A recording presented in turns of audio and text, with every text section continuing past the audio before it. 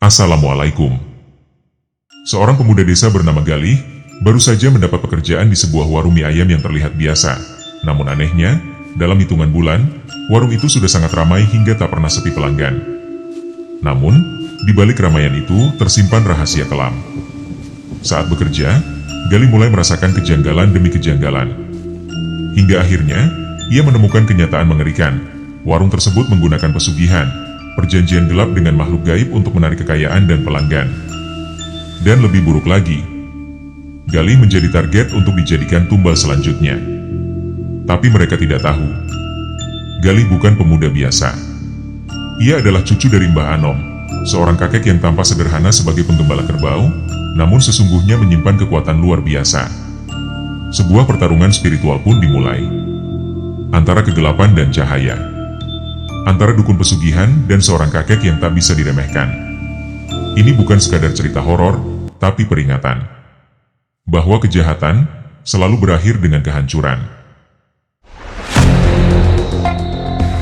Senja turun perlahan di sebuah desa yang asri, terletak di pinggiran kota yang ramai. Meski tidak terpencil, desa itu terasa damai, seolah hiruk-pikuk kota hanya bayang-bayang jauh yang tak mampu menyentuh ketenangan yang tumbuh di setiap sudut kampung. Di sisi depan desa, terbentang sebuah lapangan hijau yang luas, rumputnya tumbuh liar namun indah, dibiarkan begitu saja menjadi tempat bermain anak-anak atau sekadar menjadi persinggahan angin sore. Di sekelilingnya, hamparan sawah membentang sejauh mata memandang.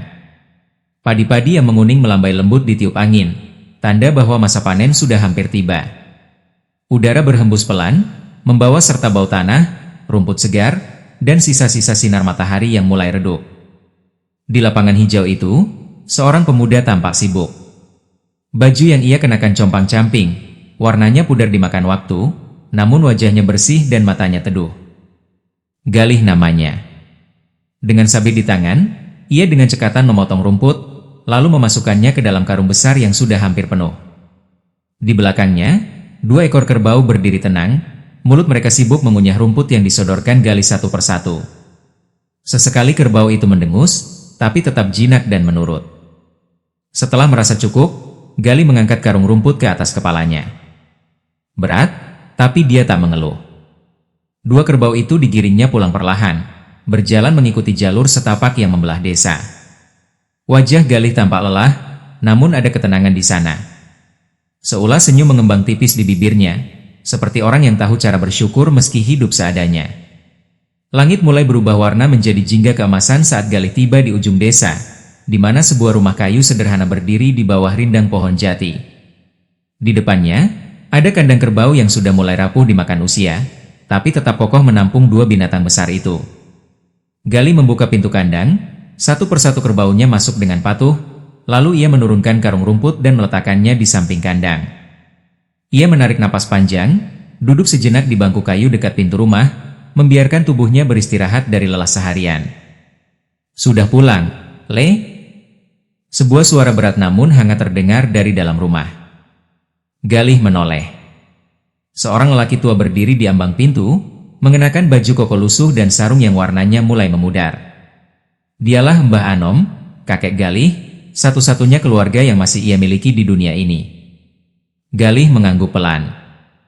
"Iya, Mbah. Sana mandi dulu. Sebentar lagi maghrib." "Ya, Mbah." Dengan langkah ringan, Galih mengambil sabit dan meletakkannya di tempat biasa. Ia masuk ke dalam rumah sebentar, mengambil handuk dan sabun, lalu berjalan ke kamar mandi yang letaknya di belakang rumah.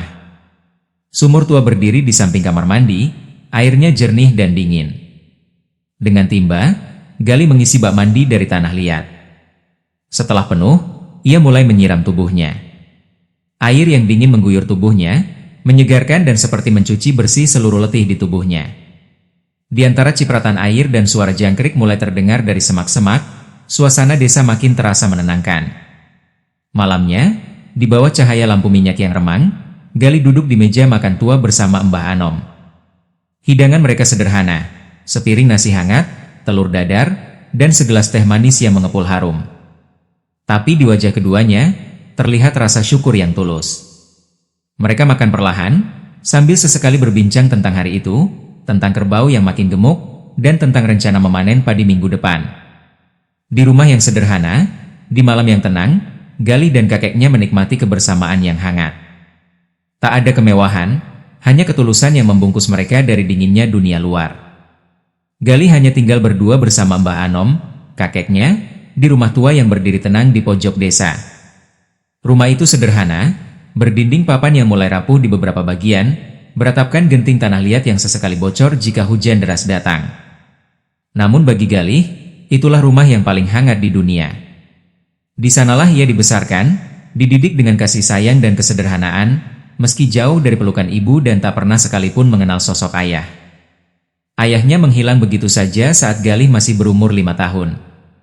Tidak ada penjelasan yang jelas, pergi merantau katanya, tapi tak pernah kembali, tak ada kabar, tak juga mengirim uang. Bahkan wajah ayah pun telah lenyap dari ingatan Galih, tertutup debu waktu. Hanya kadang-kadang, saat ia memejamkan mata di malam yang sepi, muncul bayangan samar tentang seorang pria beraroma minyak rambut yang menggendongnya sambil bersenandung lirih. Apakah itu benar ayahnya, atau hanya sisa kenangan yang dikarang oleh rindu? Ibunya pun akhirnya menyerah pada kerasnya hidup tanpa suami.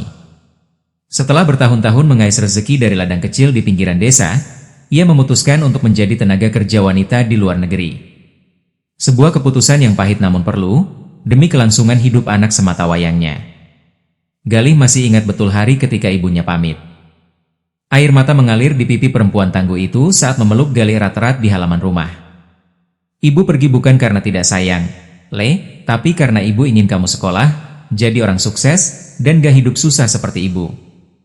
Kalimat itu menancap dalam di hati Galih, menjadi bara semangat yang terus menyala sampai hari ini. Sejak usia 10 tahun, Galih tinggal bersama Mbah Anom, ayah dari ibunya, yang meski sudah tua masih gigih mengurus sawah keluarga. Tiap bulan, ibunya rutin mengirim uang melalui kantor pos, dan setiap kali uang itu datang, Galih akan ikut Mbah Anom ke kota kabupaten untuk mencairkannya. Itu adalah momen yang paling ia nanti, bukan karena uangnya, tapi karena biasanya di dalam amplop ada secarik surat kecil bertuliskan tangan ibunya. Kadang hanya doa dan pesan singkat, tapi cukup untuk membuatnya tersenyum seminggu penuh. Untuk kebutuhan makan sehari-hari, mereka bergantung pada hasil sawah yang dikelola Mbah Anom. Sawah itu bukan luas, hanya beberapa petak, tapi cukup untuk menanam padi, menumbuhkan harapan dari tanah yang diwariskan turun-temurun. Dan Galih, meski masih muda, tak pernah merasa gengsi atau keberatan membantu. Ia menyabit rumput untuk pakan 2 ekor kerbau mereka, menggiring hewan-hewan itu ke sawah saat pagi, membersihkan kandang saat sore. Semua dilakukan dengan ketulusan yang tak dibuat-buat.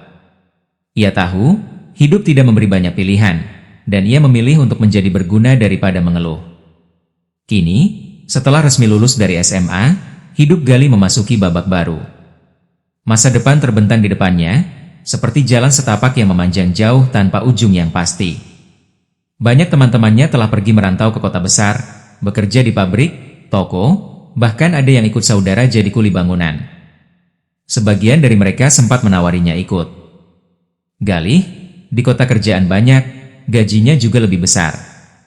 Gak rugi loh kalau kamu mau coba, ujar seorang teman dekatnya beberapa hari lalu. Namun Galih hanya tersenyum. Dalam hatinya ada suara yang tak bisa dibungkam. Ia tak sanggup meninggalkan Mbah Anom sendirian. Kakeknya itu kini sering batuk-batuk saat malam, dan tubuhnya tak lagi sekuat dulu. Bahkan kadang untuk membalik badan saja, perlu waktu beberapa detik lebih lama dari biasanya. Galih merasa, jika ia pergi, siapa yang akan menyiapkan teh panas untuk kakeknya setiap pagi? Siapa yang akan memotong rumput, memberi makan kerbau, atau membenahi pagar yang mulai miring? Ia sadar, pekerjaan di desa atau kota kecil memang tak menjanjikan banyak uang. Mungkin hanya cukup untuk makan dan sedikit menabung. Tapi baginya, kebersamaan dengan Mbah Anom jauh lebih berharga dari selembar uang kertas. Menemani kakeknya di hari-hari senja kehidupan adalah tugas suci yang tak bisa ia tinggalkan. Malam itu, setelah makan malam sederhana, nasi putih, telur dadar, dan segelas teh hangat, Galih duduk di serambi rumah. Angin malam berembus pelan membawa aroma tanah dan suara alam yang akrab di telinganya. Bulan menggantung tinggi, menyinari sawah yang mulai menguning di kejauhan. Di sampingnya, Mbah Anom tertidur pulas di kursi kayu, berselimut sarung tipis. Gali memandangi wajah tua itu dengan tatapan haru. Garis-garis keriput yang dalam, rambut putih seperti kapas, dan tangan kasar penuh bekas luka. Semua adalah bukti cinta yang tak pernah luntur. Ia menarik napas panjang, menatap langit yang luas, dan dalam hati berbisik. Aku akan tetap di sini, Embah. Selama Embah masih butuh aku nggak akan kemana-mana. Pagi itu, udara desa masih terasa segar. Embun belum sepenuhnya mengering dari rerumputan di pinggir jalan. Langit berwarna biru pucat, tanda hari akan cerah. Burung-burung berkicau riang, terbang dari satu dahan ke dahan lain. Gali melangkah santai di jalan setapak yang menghubungkan rumahnya dengan sawah. Ia mengenakan kaos lusuh dan celana yang sebagian lututnya telah memudar warnanya. Di tangannya, ia membawa cangkul tua dan topi caping tergantung di punggungnya. Pagi itu ia hendak menyusul Mbah Anom yang sudah lebih dulu berangkat ke sawah sejak subuh. Saat melewati tikungan kecil dekat musola, ia berpapasan dengan seorang pemuda yang tampak terburu-buru. Pemuda itu mengenakan kaos berkerah, celana panjang kain tipis, dan sepatu kets yang terlihat masih cukup baru. Galih mengenalnya, Jono, teman semasa sekolahnya dulu. Mereka cukup dekat, pernah sekelas selama 3 tahun di SMP dan masih sering saling menyapa jika bertemu. John, mau kemana pagi-pagi begini? Sapa Galih sambil menghentikan langkah. Jono menoleh dan tersenyum. Kerja, Lih. Ini aku mau berangkat kerja. Gali mengernyitkan dahi, matanya menelusuri penampilan Jono yang tampak santai. Kerja? Tapi kok bajumu kayak mau jalan-jalan ya? Gak pakai seragam? Gak bawa tas? Jono terkekeh pelan. Loh, aku kerja di warung mie ayam. Warungnya di depan desa, dekat pertigaan pasar yang dulu ada bengkelnya itu. Gali terkejut. Hah? Memangnya sekarang ada warung mie ayam di sana? Bukannya itu tempatnya kosong lama ya? Iya, itu bekas ruko bengkel yang dulu.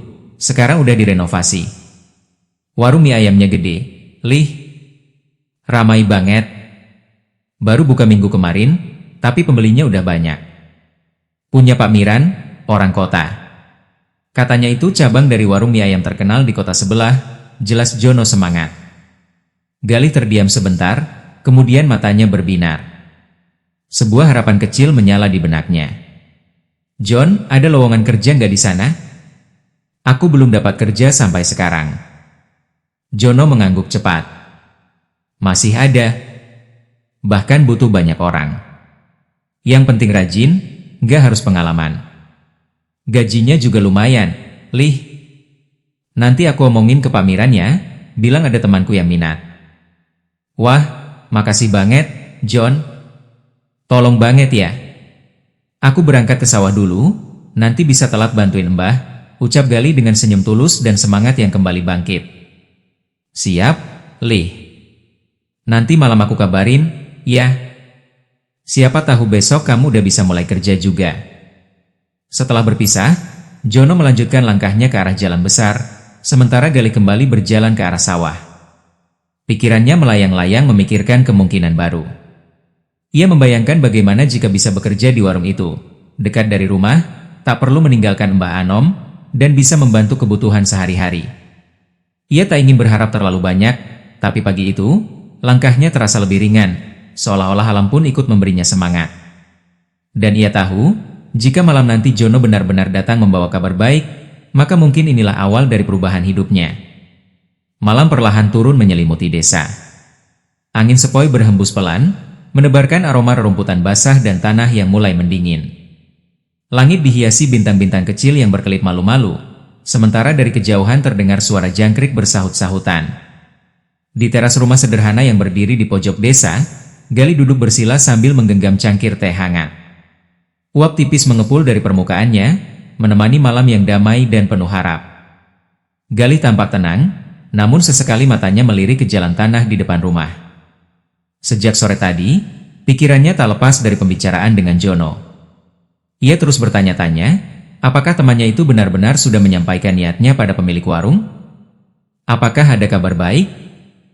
Hatinya berdebar penuh harap. Tiba-tiba, suara knalpot motor terdengar mendekat, memecah keheningan malam. Suaranya khas, seperti motor tua yang biasa dipakai Jono. Galih segera bangkit dan menoleh ke arah suara itu. Benar saja, di bawah cahaya lampu depan rumah yang temaram, tampak Jono turun dari motornya sambil tersenyum lebar. "Lih," sapa Jono begitu mendekat. "Ada kabar baik." Galih tak bisa menyembunyikan antusiasmenya. Ia berdiri dan menyambut Jono dengan wajah penuh semangat. "Gimana, John? Diterima nggak?" "Diterima, Lih," jawab Jono mantap. "Besok langsung berangkat aja. Gak usah pakai lamaran segala," kata Pamiran, "yang penting niat kerja. Soal liburnya, seminggu sekali, bebas mau hari apa, tinggal bilang aja. Dan gajinya dibayar setiap hari."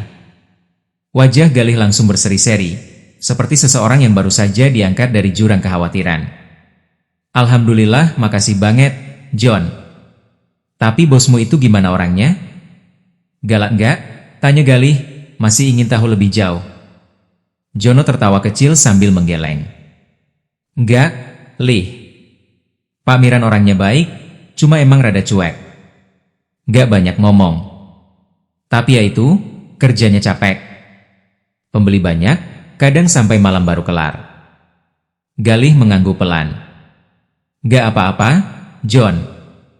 Aku udah biasa kerja berat. Yang penting halal dan dekat dari rumah." "Bagus kalau gitu," ucap Jono sambil bersiap naik motor.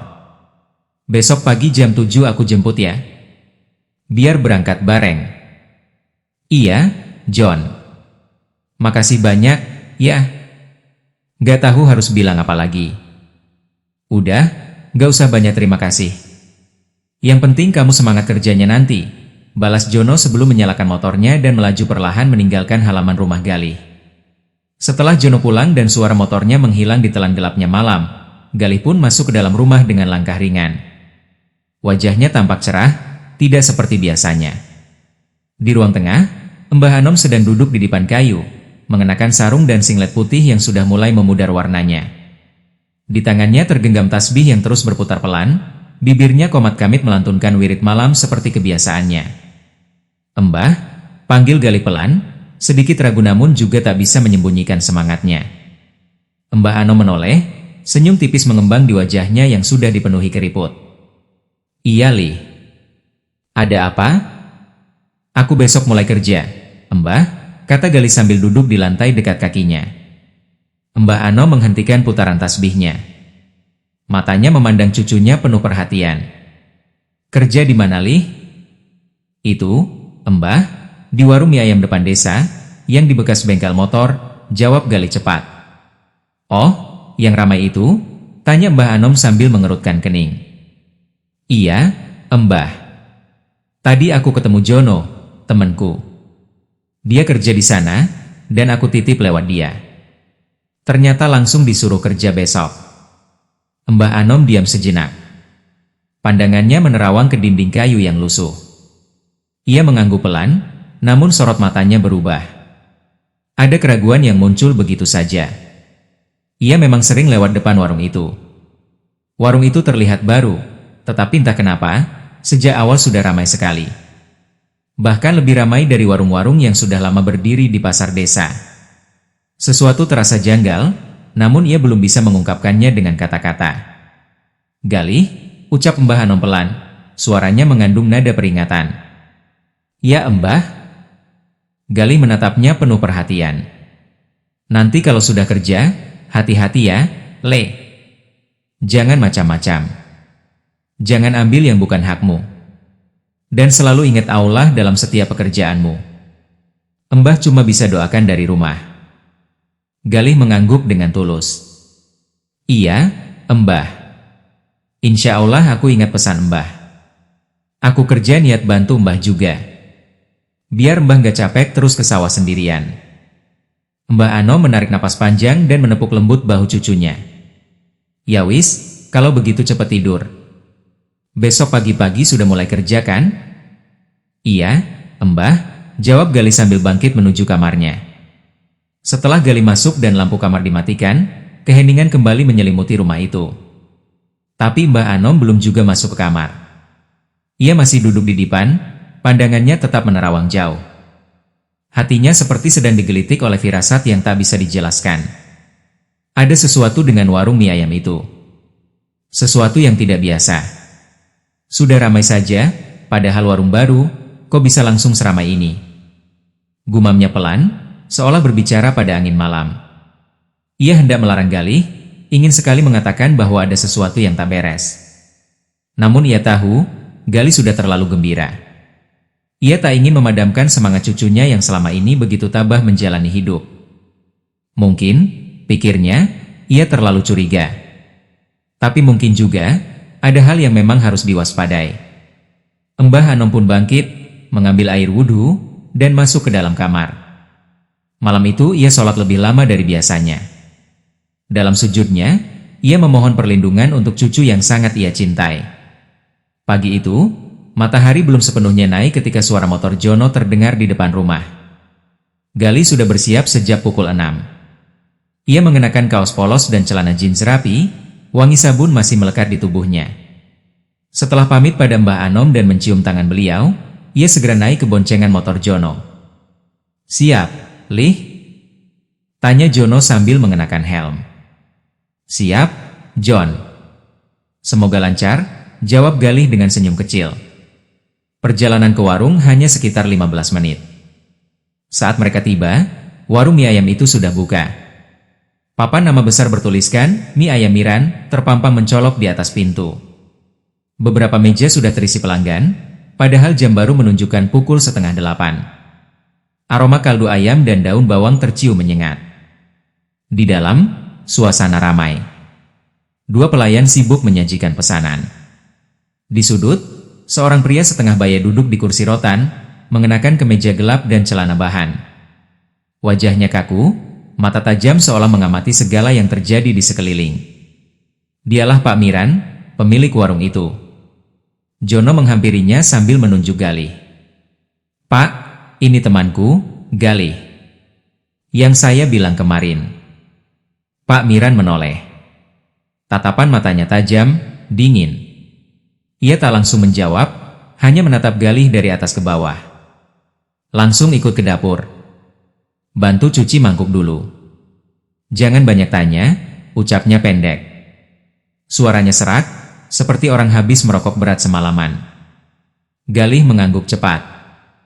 "Iya, Pak." Namun saat Pak Miran berjalan melewatinya, Galih merasakan sesuatu yang ganjil. Ada hawa dingin yang menyusup lewat sela-sela kerah bajunya, dan aroma aneh seperti bunga melati bercampur amis darah, halus, namun menusuk. Ia sempat menoleh ke arah belakang, namun tak melihat apapun yang janggal. Sesampainya di dapur, Galih langsung bekerja. Ia mencuci mangkuk, membantu menata topping mie ayam, hingga sesekali mengantar pesanan jika pelayan kewalahan. Awalnya ia gugup, namun lama-lama terbiasa. Meski begitu, rasa aneh yang tadi sempat muncul, kembali menyapa beberapa kali. Kadang ia merasa ada yang mengawasinya dari balik tirai dapur, padahal tidak ada siapa-siapa di sana. Kadang pula, saat membuka lemari bumbu, ia mencium bau anyir seperti daging mentah yang tidak wajar. Namun karena warung begitu ramai dan tangannya tak berhenti bergerak, Galih berusaha menepis pikiran-pikiran buruk itu. "Mungkin cuma perasaanku saja," batinnya. Menjelang siang, peluh membasahi dahinya. Tapi tak ada rasa letih yang berarti. Ia bahkan merasa tenaganya tidak banyak terkuras, padahal pekerjaan cukup padat. Aneh juga, pikirnya. Di sawah bersama Mbah Anom, baru 2 jam mencangkul saja sudah terasa lelah sampai ke tulang. Tapi di sini, rasanya seperti bekerja di bawah bayang-bayang, tidak capek, tidak juga sepenuhnya sadar. Jam menunjukkan pukul 9 malam ketika warung mulai sepi. Pak Miran muncul dari belakang. Ia menyerahkan uang 100.000 ke Galih. "Upah harianmu," katanya datar. Galih menerimanya sambil membungkuk. "Terima kasih, Pak." Sebelum pulang bersama Jono, Galih sempat menengok ke sudut warung, ada hawa aneh dan perasaan ganjil di sana. Di motor, dalam perjalanan pulang, Galih berkata pelan, "John, kamu gak pernah ngerasa aneh kerja di sana?" Jono tertawa singkat. "Awalnya iya, Lih. Tapi lama-lama biasa." Jangan terlalu dipikirin. Yang penting kerjaan beres, gaji lancar. Galih hanya mengangguk, walau hatinya tak setuju sepenuhnya. Ia tahu tubuhnya lelah, tapi pikirannya justru makin gelisah. Malam itu, saat ia sudah berbaring di kasur kamarnya, angin di luar mendesir pelan. Bayangan warung mie ayam itu kembali muncul di benaknya. Dan entah mengapa, ia merasa warung mie ayam itu bukan sekadar warung biasa. Sudah beberapa hari Galih bekerja di warung mie ayam milik Pak Miran. Meski capek, ia berusaha menikmatinya. Gajinya cukup, dan yang paling penting, ia bisa tetap tinggal bersama Mbak Anom. Namun ada satu hal yang selalu mengganggunya, dapur kecil di pojok belakang warung. Pintu kayu usang itu selalu tertutup rapat dan terkunci. Tidak ada satupun pegawai yang masuk ke sana. Bahkan saat Jono ditanya, jawabnya hanya, itu gudang tua, nggak kepakai. Tapi Galih tahu ada yang tak beres. Beberapa kali saat ia membersihkan dapur utama menjelang sore, ia mendengar sesuatu dari balik pintu itu. Kadang seperti bisikan lirih. Kadang suara seperti benda jatuh. Pernah pula terdengar seperti seseorang yang sedang membaca sesuatu dengan suara rendah dan berat, namun saat ia mendekat, sunyi total. Hari itu, saat warung sedikit sepi dan semua pegawai sibuk di depan, Galih mendapat tugas menyapu area belakang. Ia melihat pintu dapur kecil itu sedikit terbuka, seperti tak terkunci dengan benar. Jantungnya berdebar. Rasa penasaran yang selama ini ia tahan mulai menyeruak. Dengan langkah pelan, ia dorong pintu itu. Engselnya mengeluarkan bunyi berdecit perlahan. Ruangan itu gelap. Hanya cahaya dari sela-sela atap yang menyelinap masuk. Tapi cukup bagi Galih untuk melihat, dan segera membuatnya terpaku. Di dalam ruangan itu berdiri sebuah meja pendek dari kayu jati. Di atasnya, tersaji sesajen lengkap, kepala ayam, dupa yang masih mengepul, bunga melati, dan kendi berisi air keruh. Lilin merah menyala di 4 sudut ruangan, dan bau menyengat bercampur aroma dupa memenuhi udara. Di dinding tergantung kain hitam bertulisan aksara kuno yang Galih tak mengerti. Tapi yang paling membuat bulu kuduknya berdiri adalah patung kecil berbentuk aneh, setengah manusia, setengah hewan, yang diletakkan di tengah meja. Galih melangkah mundur. Napasnya memburu. Ia cepat-cepat menutup pintu dan menguncinya kembali seperti semula. Astaga, itu tempat pemujaan. Batinnya ketakutan. Ia kini sadar warung ini bukan sekadar tempat makan biasa. Dan Pak Miran bukan pemilik usaha biasa. Dalam hati, Galih berdoa agar tak satupun orang tahu bahwa ia telah melihat isi ruangan itu, terutama Pak Miran. Karena jika sampai ketahuan, ia tahu nyawanya bisa jadi taruhannya. Malam itu, untuk pertama kalinya, Galih merasa ingin berhenti bekerja. Tapi ia juga sadar, keluar tanpa alasan bisa menimbulkan kecurigaan. Ia terjebak di warung yang ramai, tapi menyimpan rahasia kelam yang tak semua orang bisa lihat. Sejak kejadian sore itu, wajah Galih tampak berbeda. Ia lebih sering melamun. Pandangannya kosong, seolah pikirannya tertinggal di balik pintu dapur kecil yang menyimpan rahasia kelam itu. Ia berusaha bersikap biasa saat bekerja, tapi hatinya terus dihantui bayangan apa yang ia lihat. Malamnya, Galih pulang lebih cepat. Jono menyangka ia hanya kelelahan, tapi Galih tak menjelaskan apapun. Di rumah, Mbah Ano memperhatikan gelagat cucunya.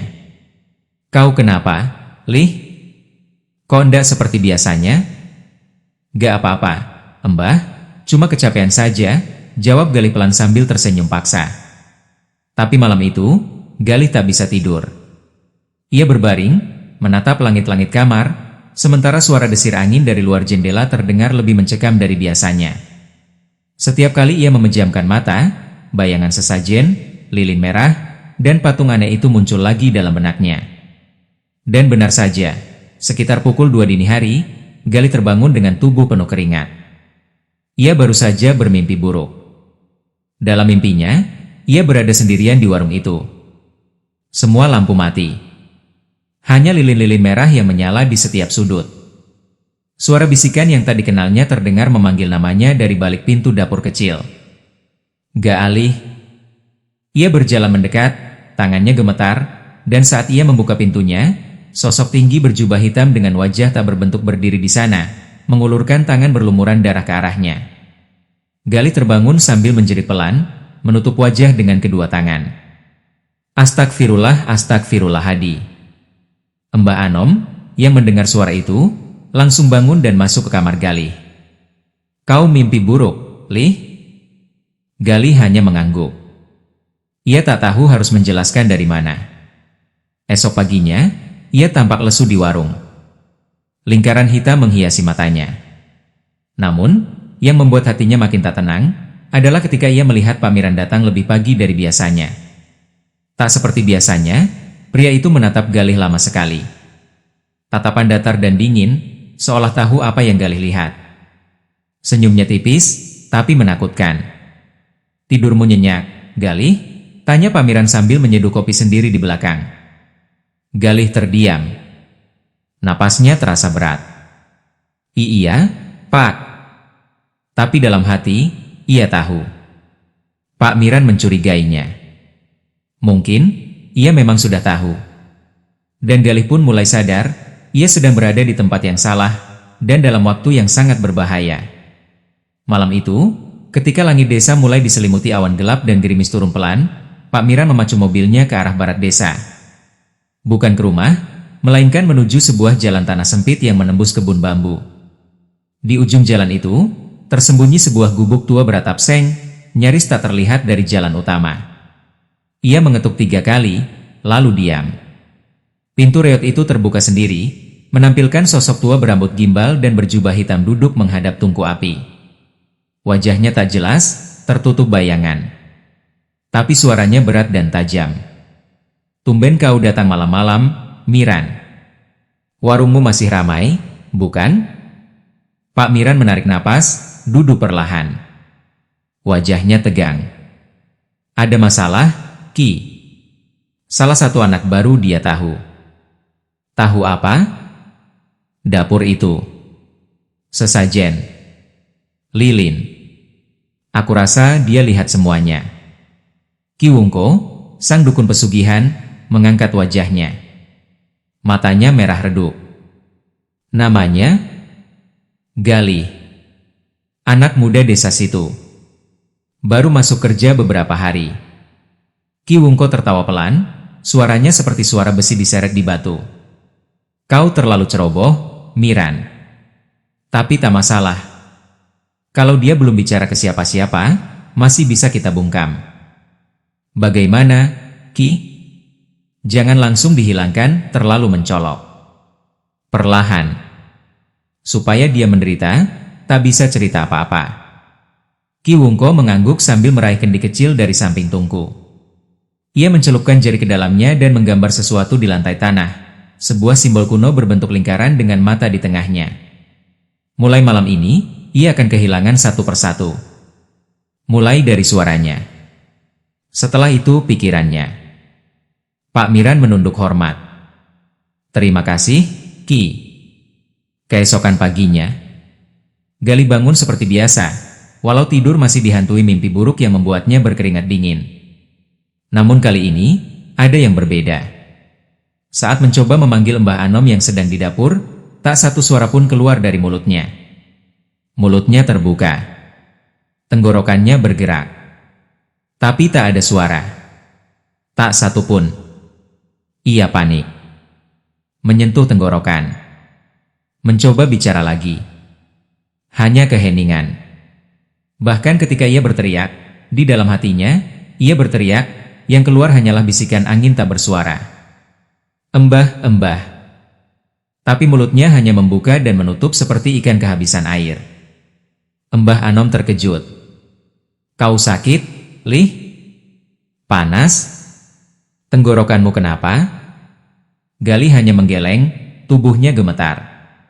Dan di luar rumah, angin bertiup pelan membawa bisikan samar. Jangan coba buka mulutmu atau kami buka kepalamu. Galih terduduk lemas di lantai. Matanya membelalak, ketakutan.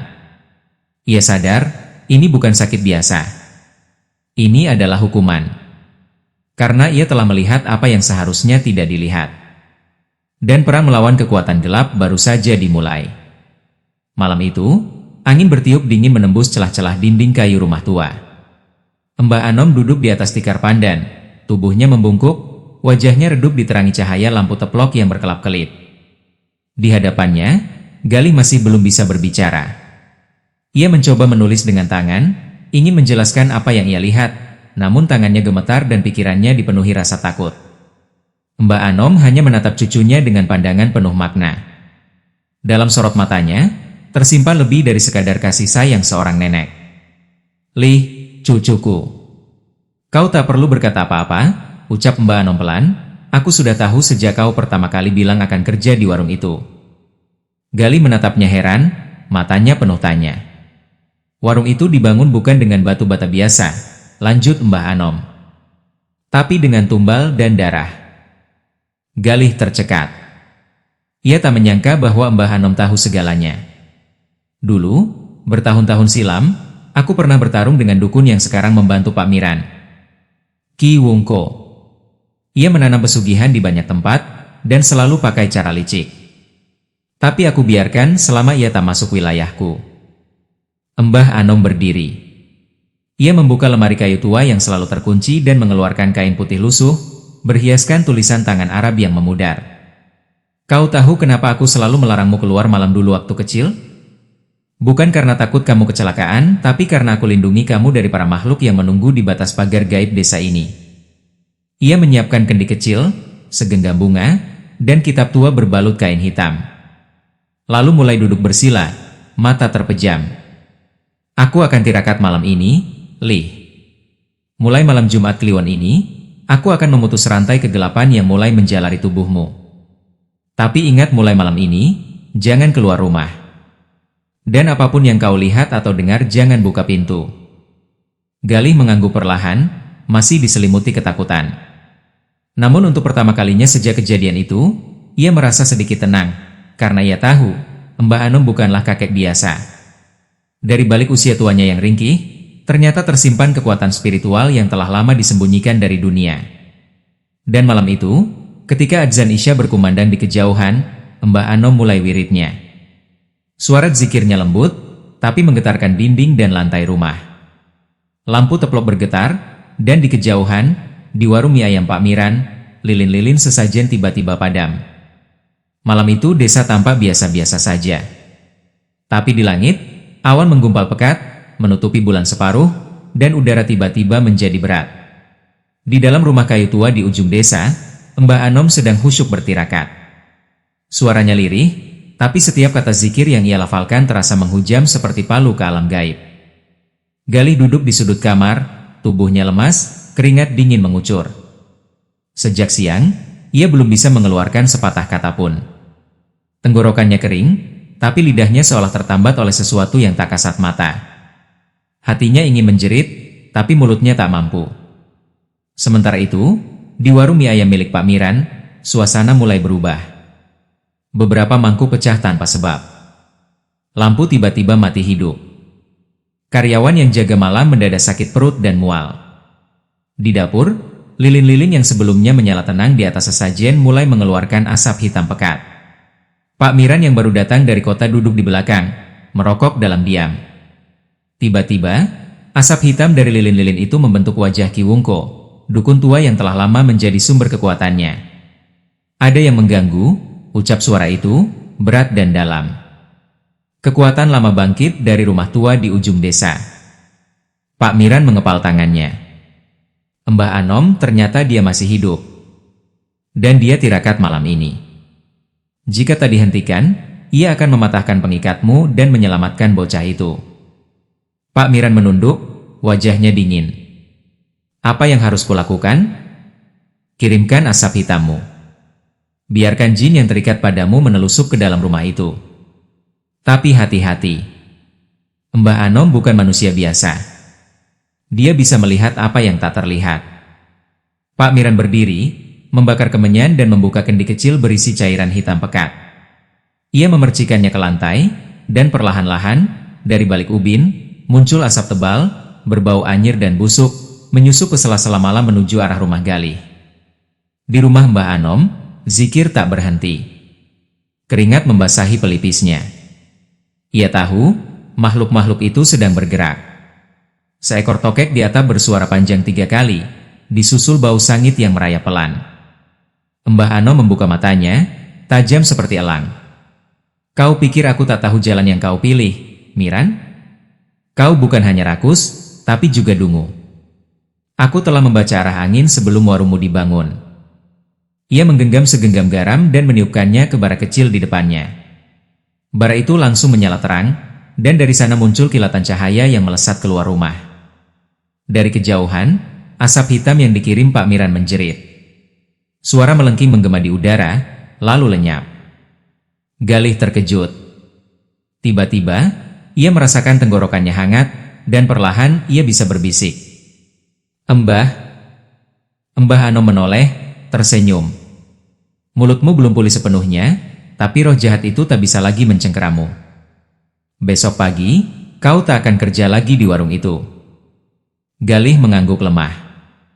Dalam hati, ia merasa aman meskipun ia tahu, perang ini belum selesai. Karena Pak Miran belum menyerah.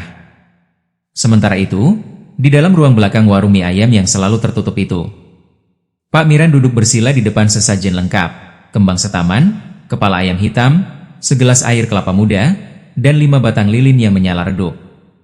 Bau kemenyan memenuhi ruangan sempit itu, membuat suasana terasa sesak dan berat. Namun tiba-tiba, satu persatu, lilin-lilin itu mati dengan sendirinya. Tanpa angin, tanpa suara. Pak Miran membuka matanya. Wajahnya pucat. Matanya menatap kosong ke depan, lalu mendesis pelan. "Sialan. Jin itu kalah." Ia menghela napas panjang, lalu bergumam pelan dengan nada penuh kegeraman. Hebat sekali kakek tua itu. Siapa sebenarnya dia? Ia menunduk sebentar, berpikir. Lalu perlahan berdiri, dan berkata lirih. "Besok aku harus ke rumah Ki Wungko. Hanya dia yang bisa bantu menghabisi orang seperti itu." Lalu ia meniup abu dupa yang masih menyala, dan keluar dari ruangan dengan wajah muram dan penuh dendam. Keesokan harinya, suasana warung mie ayam milik Pak Miran terasa berbeda. Biasanya ramai dipadati pembeli hingga antrian mengular keluar, kini hanya setengahnya saja yang datang. Bahkan beberapa pelanggan tetap tampak enggan masuk. Pak Miran duduk di sudut warung, mengamati satu persatu pelanggan dengan tatapan kesal. Wajahnya tegang, dahinya berkerut, tangan kanannya mengepal kuat-kuat. Ini pasti gara-gara kekalahan itu. Gumamnya pelan. Kakek tua dan cucunya itu harus dibinasakan. Sore harinya, Pak Miran tak lagi menunggu waktu. Ia mengambil mobilnya, menyusuri jalanan desa menuju pasar tradisional. Di sana ia membeli beberapa sesajen, kepala ayam hitam, kemenyan, bunga kantil dan melati, serta kendi tanah liat berisi air dari 7 sumber. Setelah semua siap, ia melanjutkan perjalanan menuju rumah tua di pinggir hutan bambu, rumah milik Ki Wungko. Langit mulai menguning ketika mobil Pak Miran berhenti di halaman rumah yang sunyi itu. Ia turun, membawa keranjang sesajen, dan mengetuk pintu kayu besar yang sudah lapuk. Tak lama, pintu terbuka perlahan. Ki Wungko sudah menunggunya di dalam. Lelaki tua berjubah hitam itu duduk bersila di atas tikar pandan. Matanya tajam seperti tahu semua yang terjadi sebelum diberitahu. "Jin pesugihanmu kalah, Miran," katanya pelan tapi tegas. "Anom memang bukan orang sembarangan. Ia kuat. Sangat kuat." Pak Miran meletakkan sesajen di hadapan Ki Wungko. Wajahnya muram, tapi sorot matanya penuh kebencian. "Apakah Ki bisa menghancurkan mereka? Anom dan cucunya. Aku tak peduli caranya, buat mereka semua mati. Mereka sudah mengganggu usahaku." Ki Wungko mengelus janggutnya. Ia menatap dalam-dalam ke arah Pak Miran, lalu mengangguk perlahan. "Bisa. Tapi ini sangat berat, Miran. Dan bayarannya, nyawamu sendiri akan menjadi taruhannya jika gagal." "Aku bersedia, Ki." "Apapun itu," jawab Pak Miran tanpa ragu. Ki Wungko tersenyum tipis. Yang bisa mengalahkan Anom hanya satu makhluk, jin tua dari Sendang Banyu Urip, namanya Boko. Dia jin leluhur, sangat kuat, haus darah. Tapi untuk memanggilnya, kita harus melakukan ritual berat di tepi sendang itu. Dan Boko hanya akan datang jika dipanggil dengan darah segar. Pak Miran mengangguk. Saya bersedia. Malam ini juga. Ki Wungko berdiri, matanya menyipit. Kalau begitu, malam ini kita ke sana. Aku akan siapkan semuanya. Bersiaplah, ini bukan permainan anak kecil. Pak Miran mengangguk dengan wajah dingin. Sementara itu udara menjadi berat, pohon-pohon bambu di belakang rumah Mbak Anom bergesekan tanpa irama, dan ayam jago milik tetangga berkokok tak wajar meski belum waktunya. Di dalam rumah yang sederhana, Mbah Anom tengah menata kendi kecil berisi air doa, segenggam garam, dan selembar sajadah tua warisan bapaknya dulu. Ia baru saja menyelesaikan wirid malamnya, namun entah mengapa, jiwanya tak tenang. Tiba-tiba, matanya terpejam sendiri. Nafasnya melambat, dan dalam keheningan itu ia merasakan sebuah hawa hitam, kuat, dan haus darah, bergerak dari arah timur. Seperti sesosok makhluk yang dilepaskan dari dasar bumi. Sendang Banyu Urip, gumamnya pelan, hampir seperti desisan. Mereka sedang memanggil jin tua itu. Mbah Anom membuka matanya perlahan. Wajahnya tetap tenang, namun sorot matanya tajam. Ia mengambil kain putih dan membungkus kepalanya, lalu duduk bersila menghadap barat. Mereka pikir bisa menundukkan kebenaran dengan darah? Tidak semudah itu. Tangannya mulai bergerak, menabur garam di setiap sudut rumah. Ia menyalakan dupa cendana, lalu membaca ayat-ayat suci dengan suara lirih namun padat makna. Setiap kalimat seperti pedang yang diasah, setiap nafasnya menyatu dengan zikir. Di kamarnya, Gali masih tertidur, tak tahu apa yang sedang terjadi. Tapi Mbah Anom tahu, malam ini, sebuah kekuatan gelap akan datang mengusik mereka. Dan ia tak akan membiarkan cucunya disentuh oleh makhluk dari kegelapan itu. Malam ini belum selesai, tapi pertempuran sudah mulai ditentukan. Malam itu, sekitar pukul 2 dini hari. Di tengah hutan dekat Sendang Banyu Urip, kabut tebal menggantung rendah, mengunci udara menjadi lembab dan beraroma tanah basah. Suara binatang malam mendadak lenyap. Segalanya diam. Mati. Pak Miran berdiri gelisah di balik batang pohon besar, membawa kendi berisi darah ayam cemani, sesajen lengkap berisi bunga 7 rupa, menyan, dan kain mori yang sudah dikotori tanah kuburan. Sementara di hadapannya, Ki Wungko duduk bersila di bibir sendang dengan mata tertutup, menggenggam keris kecil berbalut benang merah. Jaga tenangmu, Miran. Sedikit saja kau goyah, kau akan jadi tumbalmu sendiri. Suara Ki Wungko dalam, berat seperti logam tua. Pak Miran menelan ludah. Matanya tak lepas dari air sendang yang malam ini tampak hitam pekat, tak memantulkan bayangan sama sekali. Ki Wungko mulai merapal mantra dalam bahasa kuno. Suaranya lirih namun menggetarkan. Ia menghentakkan kerisnya ke tanah 3 kali, lalu menyiramkan air kembang ke permukaan sendang. Sesaat kemudian, air sendang beriak pelan. Tiba-tiba angin berhembus keras. Pohon-pohon menunduk seperti bersujud. Aroma anyir darah dan dupa terbakar bercampur jadi satu. Lalu, permukaan sendang perlahan membentuk pusaran. Boko, jin penunggu kedalaman, aku Ki Wungko, memanggilmu atas nama perjanjian tua. Pusaran membesar. Air terbelah ke tengah dan dari dasar sendang yang gelap muncul bayangan besar, hitam, dan bersisik. Matanya merah menyala seperti bara api. Suaranya tidak seperti suara makhluk hidup. Siapa yang mengusik tempat tidurku? Pak Miran gemetar. Kakinya nyaris tak sanggup berdiri. Aku, Miran. Aku minta kau binasakan 2 orang, seorang lelaki tua bernama Anom, dan cucunya Galih. Makhluk itu diam, lalu menoleh ke arah Miran. Sorot matanya menusuk, seperti melihat sampai ke sumsum tulang. Aku bisa membunuh, tapi bukan tanpa harga. Ki Wungko memotong cepat, kau akan dapat darahnya, jika berhasil. Tapi jika gagal, darah Miran jadi gantinya. Jin Boko tertawa. Suaranya seperti suara besi dipukul-pukul. Persetujuan diterima. Aku akan kirim bayangan malam ini. Jika mereka bertahan, maka esok giliranmu, Miran. Lalu, bayangan besar itu lenyap masuk ke dalam pusaran air, yang kemudian tenang seketika seolah tak pernah terjadi apa-apa. Ki Wungko berdiri pelan, wajahnya pucat. Pak Miran masih terdiam dengan tubuh gemetar. Kita sudah mulai permainan yang tak bisa dihentikan. Sekarang tinggal menunggu, siapa yang akan lebih dulu tumbang. Malam itu, langit pekat tanpa bintang. Angin berembus kencang seolah membawa kabar kematian.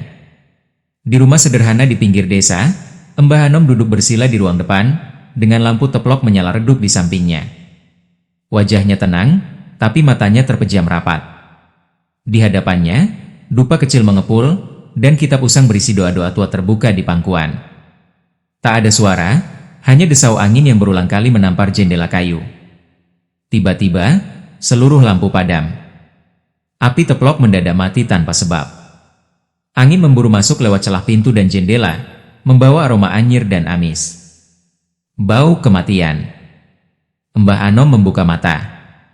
Sudah datang kau, jin hitam dari dasar sendang, gumamnya. Dari luar rumah, terdengar suara berat, seperti hewan besar menyeret rantai besi. Anom, matimu sudah diperintahkan. Lalu pintu depan terbuka sendiri, menghantam dinding keras. Bayangan besar masuk. Sosok itu bukan manusia. Tingginya hampir menyentuh langit-langit rumah. Kulitnya hitam bersisik, matanya merah membara, dan taringnya mencuat panjang. Itulah Boko, jin pesugihan dari Sendang Banyu Urip. Namun Mbah Anom tak bergeming. Dengan satu hembusan nafas, ia meniup abu dupa ke arah makhluk itu. Abu itu berubah jadi sinar putih tipis yang melayang ke arah Boko. Jin itu meraung keras. Tubuhnya sedikit mundur. Kau bukan orang biasa, Anom. Tapi aku tak akan gagal malam ini. Boko menghantamkan tangan besar hitamnya ke lantai, membuat getaran mengguncang seluruh rumah. Retakan muncul di dinding. Genteng bergoyang, dan Gali yang tertidur di kamar terbangun sambil menjerit. Namun Mbah Anom segera berdiri. Ia mengangkat tangannya tinggi-tinggi dan mulai membaca doa dalam bahasa tua. Doa yang hanya dia dan segelintir orang tua zaman dulu yang masih menghafalnya. Sinar putih perlahan muncul dari tubuh Mbah Anom, membentuk semacam perisai di sekelilingnya dan Gali. Boko melesat cepat menyerang, tapi sinar itu memantulkannya dengan kekuatan hebat. Boko terlempar keluar rumah, menghantam pohon jambu besar hingga tumbang. Jin itu melolong panjang, kesakitan, dan tubuhnya mulai terbakar dari dalam. Tidak. Asap hitam pekat mengepul dari tubuhnya yang terpelanting ke pohon jambu, menghancurkannya. Tubuh jin itu meledak dalam sekejap, meninggalkan bau gosong dan angin yang tiba-tiba hening. Mbah Anom terhuyung, napasnya berat. Tongkatnya goyah, namun ia masih berdiri. Sudah selesai? Gumamnya. Gali yang bersembunyi di pojok kamar keluar dengan wajah pucat. Mbah, dia sudah mati? Mbah Anom mengangguk pelan. Sudah, Gali.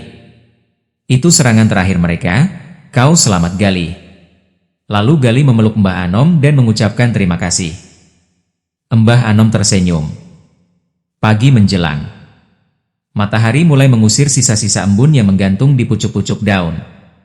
Di depan rumah sederhana itu, Gali duduk di kandang, memberi makan kerbau-kerbau milik keluarganya. Senyumnya tenang, matanya jernih, seolah hari-hari kelam yang sempat mengganggunya kini hanyalah bayangan jauh. Di teras rumah, Mbah Anom duduk santai di kursi kayunya, menikmati kopi panas yang mengepul dalam gelas. Ia menatap Gali sambil tersenyum lebar. Wajah tuanya bersinar penuh rasa syukur. Cucu kesayangannya selamat, semua telah berakhir. Tiba-tiba, dari arah jalan kecil yang berdebu, datang Jono. Nafasnya sedikit ngos-ngosan. Mbah, Galih, kalian sudah dengar belum? Tanyanya tergesa. Galih menoleh. Belum, ada apa, John? Jono mendekat, menurunkan suara. Warung mie ayam Pak Miran, tutup. Warungnya hancur berantakan. Gak ada yang tahu Pak Miran kemana. Hilang. Warga pada bingung semua. Galih dan Mbah Anom saling pandang sejenak. Galih hanya menunduk, diam. Tapi Mbah Anom mengangguk pelan, matanya menatap jauh ke langit biru yang bersih. Alam selalu menyeimbangkan dirinya sendiri. John, kadang yang tak terlihat lebih paham siapa yang harus tetap ada, dan siapa yang harus pergi, ucap Mbak Anom sambil menyesap kopinya perlahan. Dan pagi itu pun berlalu. Dengan damai. Tamat. Terima kasih telah menyimak cerita ini sampai akhir. Jangan lupa untuk like, komen, dan subscribe agar tidak ketinggalan kisah menarik selanjutnya. Sampai jumpa di cerita berikutnya.